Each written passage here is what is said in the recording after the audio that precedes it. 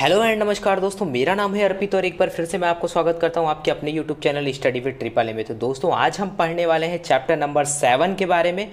Chapter number 7 यानी कि food safety and standard act 2006 का चैप्टर नंबर 7 आज हम डिस्कस करेंगे, जिसका नाम है इन्फोर्समेंट ऑफ द एक्ट। जैसा कि आपको पता है पीछे हम 6 चैप्टर कवर कर चुके हैं, जिसने भी नहीं देखा है वो जा कर के देख सकता है। तो अभी जो आगे चैप्टर हम देखेंगे उनको हम बहुत ज़्यादा डीपली नहीं लेकर के चलेंगे, क्योंकि जो आपको एक बेसिक नॉलेज चाहिए था वो आपको पीछे मैं दे चुका हूँ। अब आपको चीज़ें समझने में थोड़ा सा प्रॉब्लम नहीं होगी, क्योंकि जो नया है उसको प्रॉब्लम हो सकती है। तो पीछे जिसने भी वीडियो पीछे के नहीं देखे हैं वो जा कर के देख सकता है, ठीक है। तो चैप्टर नंबर 7 जो हमारा है वो है इन्फोर्समेंट ऑफ द एक्ट। देखिए, एक्ट के बारे में आपने पढ़ा, मैंने आपको बताया कि बेसिक एक्ट क्या होता है। तो इस चैप्टर को अगर हम समझें, इस चैप्टर को अगर बात करें तो ये चैप्टर हमारा काफ़ी बड़ा है। इसमें टोटल 14 सेक्शन है, तो काफ़ी लेंदी चैप्टर है, काफ़ी बड़ा चैप्टर है। इस चैप्टर को समझने से पहले अगर हम इस टाइटल को समझ लें तो हमें पूरे चैप्टर को समझने में काफ़ी आसानी होने वाली है। तो हम सबसे पहले इस टाइटल को समझेंगे, यानी कि जो चैप्टर का टाइटल है वो है इन्फोर्समेंट ऑफ द एक्ट। तो इन्फोर्समेंट ऑफ द एक्ट क्या होता है? तो सबसे पहले जैसा कि मैंने आपको एक्ट के बारे में बताया था, जिसे नहीं पता है, एक्ट जो होता है सबसे पहले एक कॉमन ड्राफ्ट होता है। देखिए, जैसे कोई भी चीज़ अगर बनती है तो उसको कैसे उसका यूज़ किया जाएगा। जैसे फूड सेफ्टी एक्ट आया, एक्ट क्यों लाया गया? क्योंकि फूड को हमें कंट्रोल करना था। जो ऑल ओवर इंडिया में जो फूड की सप्लाई है या फिर फूड जो यूज़ हो रहा है उस पर एक कंट्रोल लगाना था गवर्नमेंट को, जिससे ह्यूमन की हेल्थ को ध्यान में रखा जा सके। तो जब सबसे पहले तो फूड सेफ्टी एक्ट आया, उस एक्ट में पहले ही सारी चीज़ें लिख दी गई थी कि कौन अथॉरिटी बनाई जाएगी, फूड सेफ्टी FSSAI बनाया जाएगा, स्टेट में फूड सेफ्टी अथॉरिटी बनाई जाएगी। तो इन सब बारे में पहले लिख दिया गया था। तो सबसे पहले एक्ट बनने से पहले एक डॉक्यूमेंट्स तैयार किया गया, जिसको हमने ड्राफ्ट बोला। उस ड्राफ्ट को जब हमने पार्लियामेंट में पास किया, पार्लियामेंट यानी कि संसद, राज्यसभा और लोकसभा में जब पास किया, जब वो उस संसद से पास हो गया तब वो बिल बन गया। वही ड्राफ्ट जो था वो बिल बन गया। अब इस बिल को जब राष्ट्रपति के पास भेजा गया और राष्ट्रपति ने इसे देखा और उसके बाद में उसने इस पर साइन किया, इसको अप्रूवल दिया, अपनी सहमति प्रदान करी, तब ये बन गया एक्ट। अब इस एक्ट को ऑल ओवर इंडिया में इम्प्लीमेंट किया जा सकता है बिना किसी रोक के, कोई इस पर रोक नहीं लगा सकता है, ठीक है। तो अब इस एक्ट को इम्प्लीमेंट कैसे किया जाएगा? तो इस एक्ट को इम्प्लीमेंट करने का जो प्रोसीजर होगा उसको हम बोलते हैं इन्फोर्समेंट। तो इन्फोर्समेंट का अगर मीनिंग समझे तो इन्फोर्समेंट का मतलब यही होता है किसी चीज़ को कानूनन इम्प्लीमेंट करना, किसी चीज़ को किसी भी फील्ड में, किसी भी एरिया में, किसी पर्टिकुलर एरिया में या फिर ऑल ओवर इंडियन टेरिटरी में अगर हमें इसे इम्प्लीमेंट करना है तो इसके इम्प्लीमेंट का जो प्रोसीजर होगा वो कहलाएगा इन्फोर्समेंट। तो इन्फोर्समेंट ऑफ द एक्ट अब आपको समझ में आ गया होगा क्या है। तो थोड़ा सा पीछे के लेक्चर का अगर हम बैकग्राउंड की बात करें तो जैसा कि मैंने आपको बताया, जो हमारा चैप्टर है यानी कि जो हमारा food safety and standard act है उसमें टोटल 12 चैप्टर है। 12 चैप्टर में पीछे के 6 चैप्टर हम कवर कर चुके हैं। सॉरी, 3rd चैप्टर को हमने भी छोड़ा हुआ है, उसको बाद में देखेंगे क्योंकि उसमें बहुत ज़्यादा इंपॉर्टेंट चीज़ें नहीं हैं। उसके बाद में आगे के जो चैप्टर हैं वो हम देखेंगे। तो आज हम डिस्कस करेंगे चैप्टर नंबर 7 के बारे में।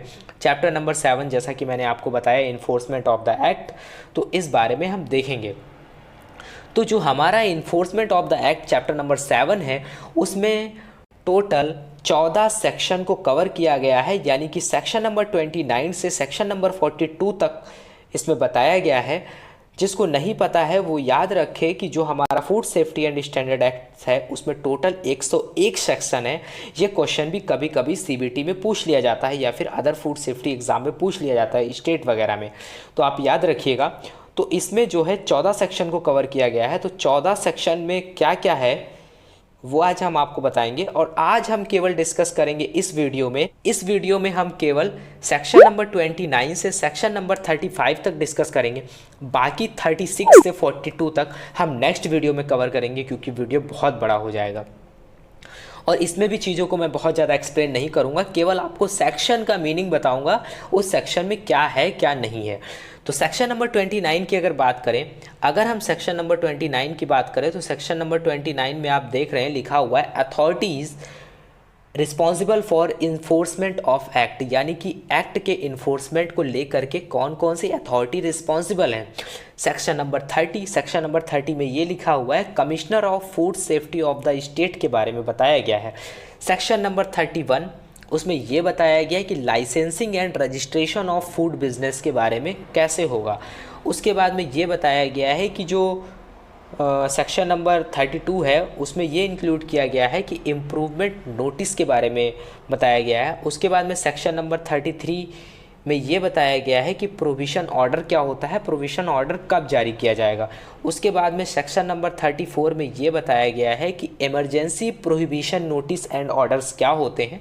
उसके बाद में आप देखेंगे सेक्शन नंबर 35 में नोटिफिकेशन ऑफ फूड पॉइजनिंग के बारे में बताया गया है। ठीक है, तो आज जो हम कवर करेंगे इन्हीं के बारे में पढ़ेंगे। ये जो बाकी के आप देख रहे हैं ये 36 से 42 इसको हम नेक्स्ट वीडियो में देखेंगे, क्योंकि ये वीडियो ही ऑलरेडी बहुत बड़ा हो जाएगा।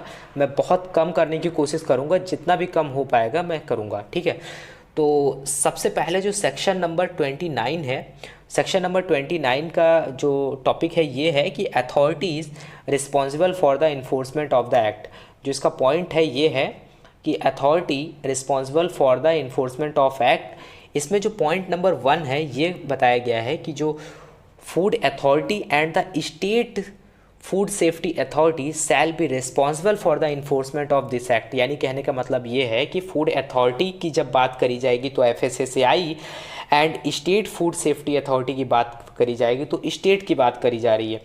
तो यहाँ पे कहने का मतलब यही है, सेंट्रल में FSSAI और स्टेट में स्टेट फूड सेफ्टी अथॉरिटी जो है इसके एक्ट के इन्फोर्समेंट के लिए रिस्पॉन्सिबल होगी। उसके बाद में पॉइंट नंबर 2 में ये बताया गया है कि the food authority and the state food authority shell monitor और वेरीफाई। देखिए, मॉनिटर करने का मतलब निगरानी भी रखेगी और वेरीफाई भी करेगी चीज़ों को कि जो फूड बिजनेस ऑपरेटर है वो जो एक्ट में जो भी प्रोविज़न्स लिखे हुए हैं उनको फुलफ़िल कर रहा है कि नहीं, उनको इम्प्लीमेंट कर रहा है कि नहीं कर रहा है, जो भी एक्ट में जो भी प्रोविज़न्स दिए गए हैं। तो इसको मॉनिटर कौन करेगा, इसको मॉनिटर करेगा फूड अथॉरिटी, चाहे वो FSSAI हो चाहे वो स्टेट हो। उसके बाद में पॉइंट नंबर 3 में ये बताया गया है कि जो फूड सेफ्टी ऑफिसर है shall enforce and execute within their area the provision of this act. यहाँ पे एक्ट होगा।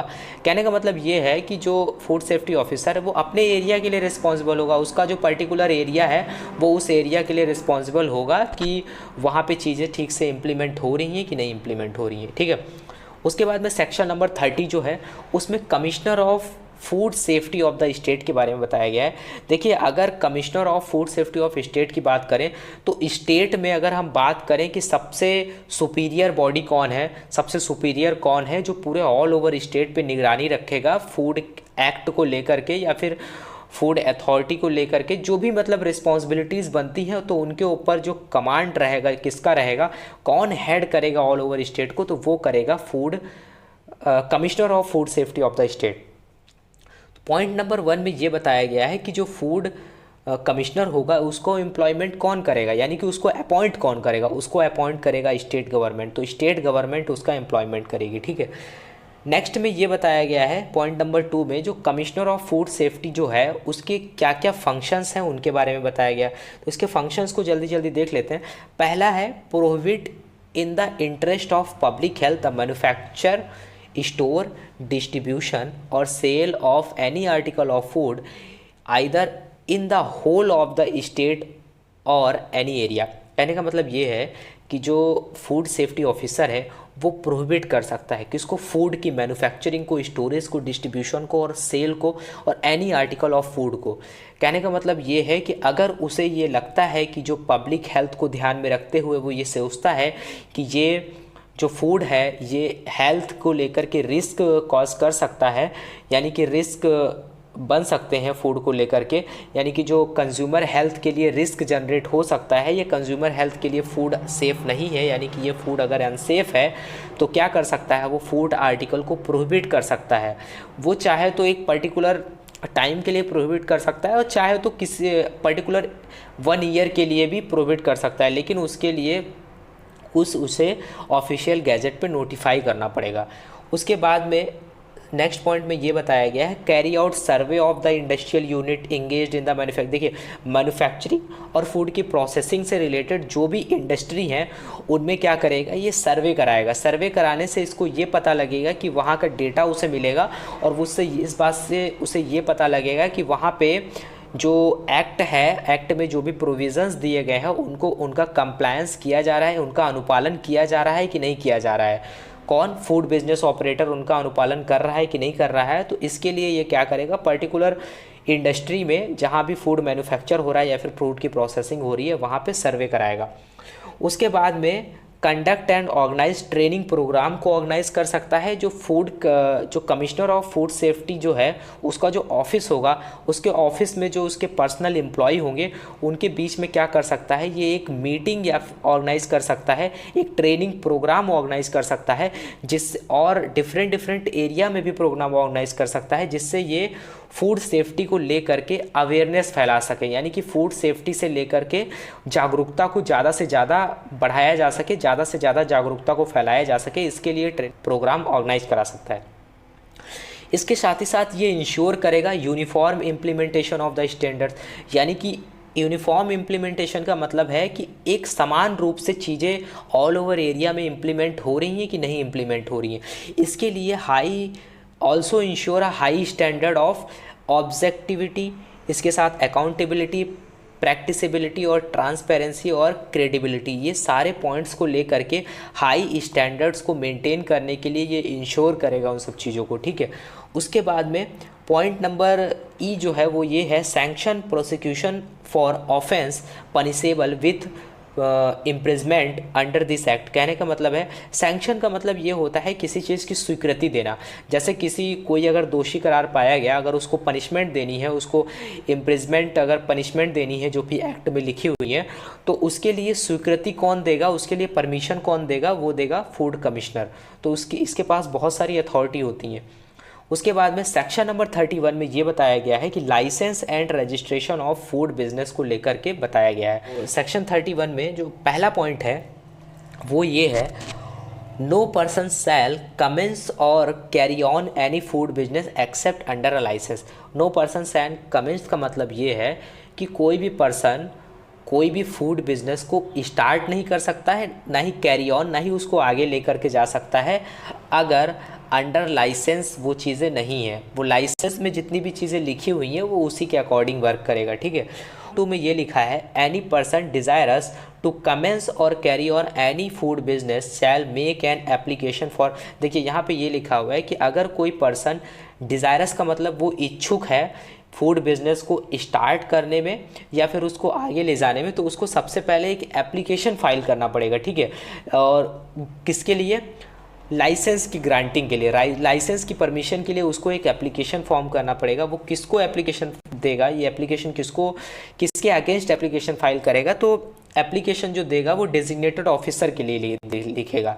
तो डेजिग्नेटेड ऑफिसर जो होगा वो लाइसेंस को ग्रांट करेगा। तो ये किसको एप्लीकेशन देगा डेजिग्नेटेड ऑफिसर को कि सर मुझे लाइसेंस चाहिए और लाइसेंस के लिए मुझे परमिशन चाहिए। तो परमिशन कौन देगा, डेजिग्नेटेड ऑफिसर देगा, ठीक है। उसके बाद में every licence shall be in such form and subject to such condition as may be specified by regulations. जो भी रेगुलेशंस में लिखे हुई हैं लाइसेंस को लेकर के चीज़ें, उन्हीं पे वर्क होगा, ठीक है। उसके बाद में a single licence may be issue by a designated officer for one और more article of food and also for a different establishment और premises in the same area. देखिए, अगर डेजिग्नेटेड ऑफिसर अगर किसी लाइसेंस को इशू करता है तो वो केवल एक लाइसेंस को इशू कर सकता है, ठीक है। यानी कि वन आर्टिकल ऑफ फूड या फिर मोर आर्टिकल ऑफ फूड। अगर वो सेम एरिया से बिलोंग करता है, देखिए अगर कोई फूड है, अगर वो पर्टिकुलर सेम एरिया में सेल हो रहा है और फूड का टाइप भी अगर सेम है, तो उसके लिए जो लाइसेंस इशू होगा वो एक ही लाइसेंस इशू होगा। उसके लिए डिफरेंट टाइप के लाइसेंस इशू नहीं होंगे, उसके लिए केवल एक लाइसेंस इशू किया जाएगा। पॉइंट नंबर 5 में ये लिखा है, if the article of food are manufactured, stored, sold और exhibit for a sale at different premises situated in more than one area. देखिए ऊपर वाले में क्या था, सेम एरिया की बात हुई थी, नीचे वाले पॉइंट में डिफरेंट एरिया की बात हो रही है। देखिए अगर कोई फूड आर्टिकल है वो डिफरेंट सोर्स पे सेपरेट एरिया में उसका जो सेल है या फिर स्टोरेज है या फिर मैन्युफैक्चरिंग वगैरह अगर हो रही है तो उसके लिए डिफरेंट लाइसेंस इशू किए जाएंगे, वो सेम लाइसेंस पे काम नहीं कर सकते। ठीक है, उसके बाद में 6 पॉइंट में ये है, an appeal against the order of अगर आपका जो एप्लीकेशन ऑर्डर है अगर रिजेक्ट होता है लाइसेंस को लेकर के या फिर और भी चीज़ें अगर कोई प्रॉब्लम होती है, अगर आप उसके अगेंस्ट अगर आप अपील करना चाहते हैं कि आपके साथ कुछ गलत हुआ है, आपको लगता है कि ऑर्डर हमारा ऐसे ही रिजेक्ट किया गया है, तो आप इसके लिए अपील किसके पास कर सकते हैं, आप फूड कमिश्नर के पास अपील कर सकते हैं। उसके बाद में वो जो फैसला देंगे वो लास्ट डिसीजन होगा। ठीक है, उसके बाद में सेक्शन नंबर 32 में ये बताया गया है इम्प्रूवमेंट नोटिस के बारे में। देखिए इम्प्रूवमेंट नोटिस ये होता है, इम्प्रूवमेंट का मतलब यही होता है ना कि अगर आपने कोई गलती कर दी है तो आपको एक चांस दिया जाता है कि आप चीज़ों को इम्प्रूव कर लीजिए। ठीक है, तो सेम यहाँ पे भी यही चीज़ अप्लाई होती है कि if the designated officer has reasonable ground for believing that the any food business operator has failed to comply with any regulations to which this section applies, he may by a notice served on that food business operator in this act refer to as an improvement notice। देखिए कहने का मतलब ये है, अगर designated officer को ऐसा लगता है, उसको विश्वास हो जाता है और उसके पास अगर कोई रीजनेबल ग्राउंड का मतलब है कोई रीजनेबल आधार है, तो वो फूड बिजनेस उसको लगता है कि फूड बिजनेस ऑपरेटर जो है फेल टू कंप्लाई का मतलब ये है कि जो भी एक्ट और रेगुलेशंस में जो चीज़ें लिखी हुई हैं वो उसका अनुपालन करने में फेल हुआ है, उसने उसका अनुपालन नहीं किया है, वो इन सब चीज़ों में क्या हुआ है, फेल्ड पाया गया है। ठीक है, तो इसके लिए वो क्या करेगा, उसको एक इम्प्रूवमेंट नोटिस देगा कि भाई ऐसा है कि आपने जो गलतियाँ की हैं आप उसको इम्प्रूव कर लो। ठीक है, उसके बाद में if the food business operator fail to comply with an improvement notice, his licence में भी सस्पेंडेड। कहने का मतलब ये है, एक तो पहले आपने गलती करी, आपको एक मौका दिया गया कि आप चीज़ों को इम्प्रूव कर लीजिए, उसके लिए डेजिग्नेटेड ऑफिसर ने फूड बिजनेस ऑपरेटर को एक नोटिस दिया कि ऐसा ऐसा है कि आप चीज़ों को इम्प्रूव कर लीजिए। उसके बाद में जो इम्प्रूवमेंट नोटिस है उसका भी उसने पालन नहीं किया, उस केस में क्या होगा, उसका लाइसेंस जो है उसको सस्पेंड किया जा सकता है, यानी रद्द किया जा सकता है। ठीक है, थर्ड पॉइंट में ये लिखा है, if the food business operator still fail to comply with the improvement notice, the designated officer may after giving the licence and opportunity to show cause cancel the licence granted to him, जैसा कि मैंने आपको पीछे बताया, provided that the designated officer may suspend any licence forthwith the interest of public health for reason to be recorded in writing.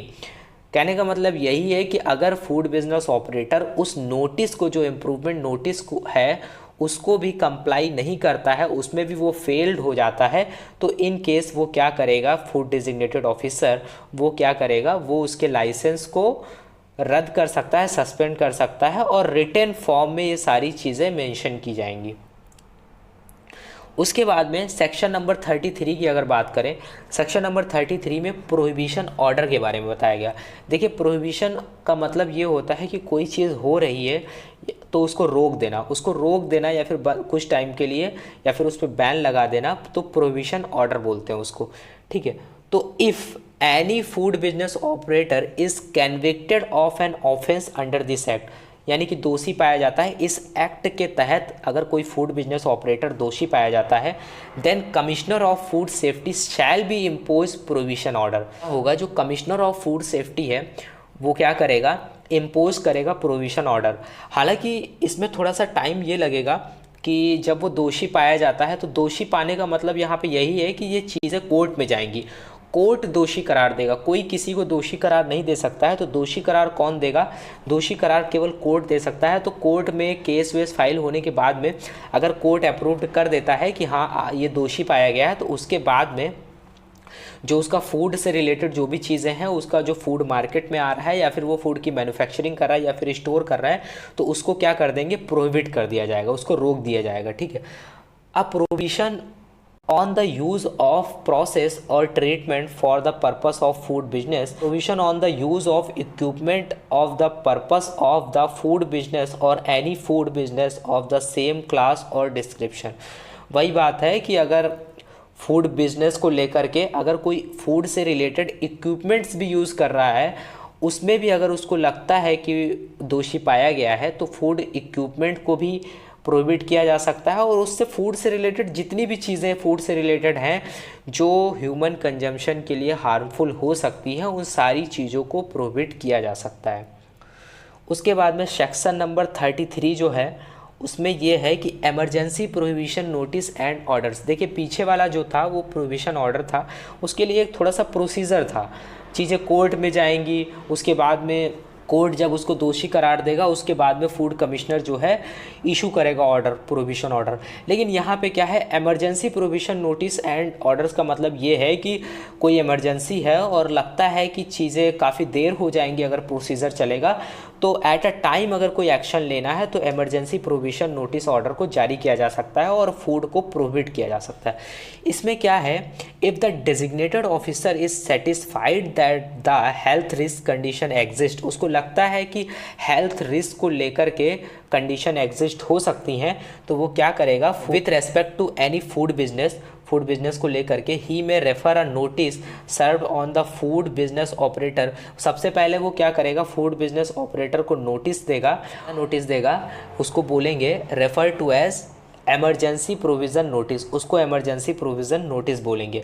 उसके बाद में apply to the commissioner of food safety for imposing the provision.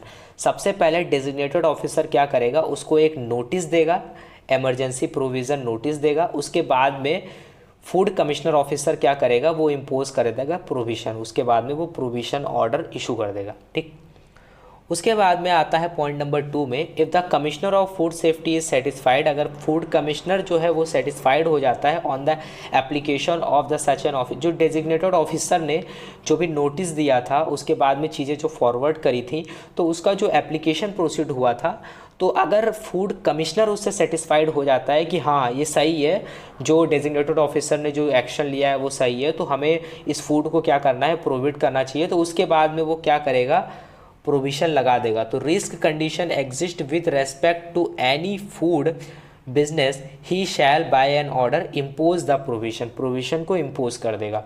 उसके बाद point number 3 में ये बताया था, designated officer shall not apply for an emergency provision under unless.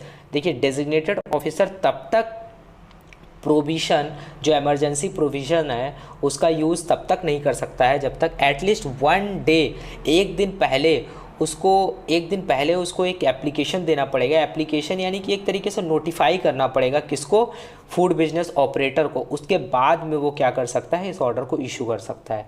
Directly नहीं कर सकता, पहले उसको फूड बिजनेस ऑपरेटर को इन्फॉर्म करना पड़ेगा, ठीक है, एक एप्लीकेशन के थ्रू। उसके बाद में सेक्शन नंबर 35 ये आता है कि सेक्शन नंबर 35 में ये बताया गया नोटिफिकेशन ऑफ फूड पॉइजनिंग। देखिए यहाँ पे ये समझ लीजिए, छोटा सा ही पॉइंट है, इसमें और ज़्यादा चीज़ें नहीं है।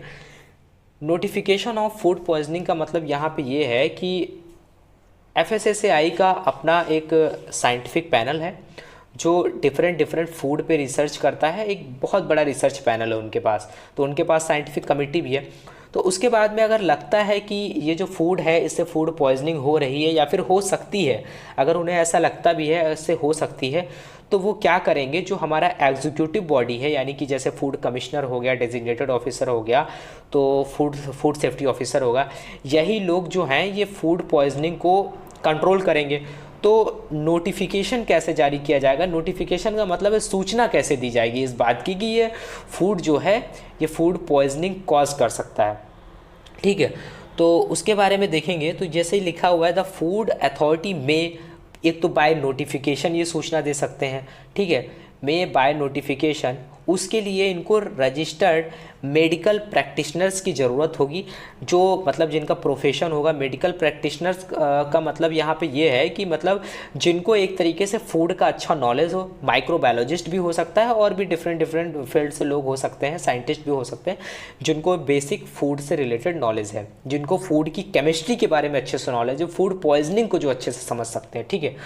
तो उनको जो अच्छे से नॉलेज है, तो उसके बाद में उनकी ज़रूरत पड़ेगी। उसके बाद में क्या करेंगे, जो ऑल रिपोर्ट ऑल अकरेंस का मतलब है जो भी घटनाएं हैं फूड पॉइजनिंग से रिलेटेड या फिर होने वाली हैं, तो उसको ये क्या करेंगे, उसको नोटिस करेंगे और उसके बाद में ये ऑफिसर के साथ उन बातों को डिस्कस करेंगे या फिर ऑफिसर को नोटिफाई करेंगे।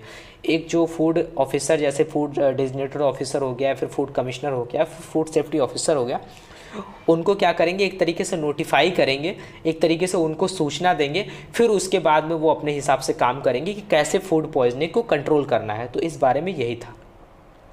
तो आई होप यहाँ पे आपको थोड़ा सा समझ में आया होगा कि थोड़ा सा चैप्टर बड़ा है, इसलिए मैंने थोड़ा सा जल्दी समझाया है। मैं बहुत ज़्यादा अगर डीपली समझाता तो कोई मतलब नहीं है, इतना डीपली आपसे चीज़ें नहीं पूछी जाएंगी। लेकिन पर्टिकुलर जो सेक्शन है, सेक्शन नंबर जैसे 29 है, वो आपको समझ में आना चाहिए सेक्शन नंबर 29 में है क्या।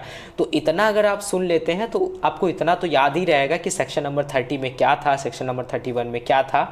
तो इतना आपको याद रहेगा, तो आपको थोड़ा सा वो अगर क्वेश्चंस डायरेक्टली आ भी जाता है तो आप CBT में भी आराम से टिक कर सकते हैं। तो ऐसे ही देखते रहिए थोड़ा सा, और ज़्यादा आपको बहुत ज़्यादा प्रेशर देने की ज़रूरत नहीं है। तो बाकी जो बचा हुआ पार्ट है वो हम नेक्स्ट वीडियो में देखेंगे। तब तक के लिए आप पढ़ते रहिए। तब तक के लिए thank you, have a nice day.